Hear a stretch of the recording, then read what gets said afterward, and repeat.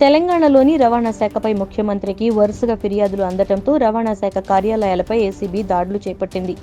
అంతర్రాష్ట్ర చెక్పోస్టుల వద్ద వాహనదారుల నుంచి లంచాలు తీసుకుంటున్నట్లు ఆరోపణలు రావడంతో పాటు ఆర్టీఏ కార్యాలయాల్లో సామాన్యులు లంచం ఇవ్వనిదే పని కావడం లేదని ఆవేదన చేశారు.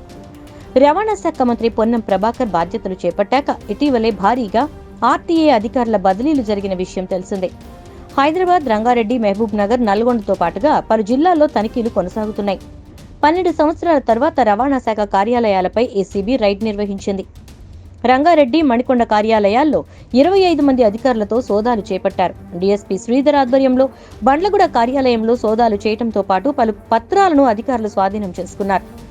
ఏసీబీ అధికారులు 3 అదుపులోకి తీసుకున్నారు. పలు ఫైల్స్ తో పాటు డబ్బులు గుర్తించారు. ఓ జూనియర్ అసిస్టెంట్ ను అధికారులు అదుపులోకి తీసుకున్నారు. హైదరాబాద్ వెస్ట్ జోన్ కార్యాలయంలో విస్తృతంగా సోదాలు నిర్వహిస్తున్నారు. టోలీచౌకీ, ఆర్టీఓ ఆఫీసులో, మహబూబాబాద్ రవాణా శాఖ కార్యాలయంలో ఏసీబీ అధికారుల సోదాలు చేసింది. 6 ఏజెంట్లు, రవాణా శాఖ అధికారి గౌస్ పాషా, డ్రైవర్ సుబ్బారావును అదుపులోకి తీసుకుని విచారణ చేస్తున్నారు.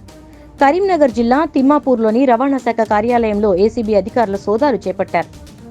ఆర్టీఓ కార్యాలయంలో ఉన్న పలు రికార్డులను, ఫైళ్లను తనిఖీ చేస్తున్నారు. ఇక ఏసీబీ అధికారుల నుంచి తప్పించుకోవడానికి డ్రైవర్స్తో డ్రైవింగ్ లైసెన్స్ కోసం ఏసీబీ అధికారులు క్యూ కట్టారు.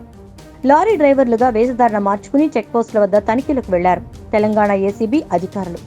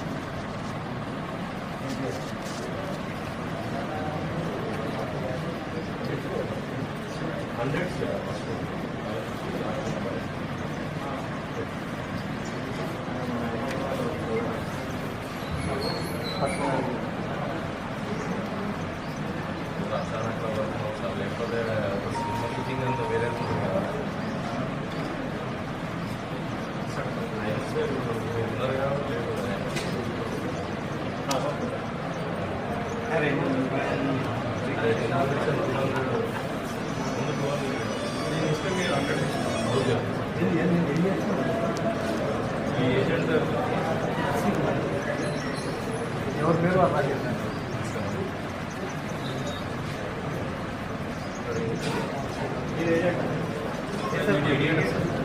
మనం యాక్సిడెంట్ వస్తుంది.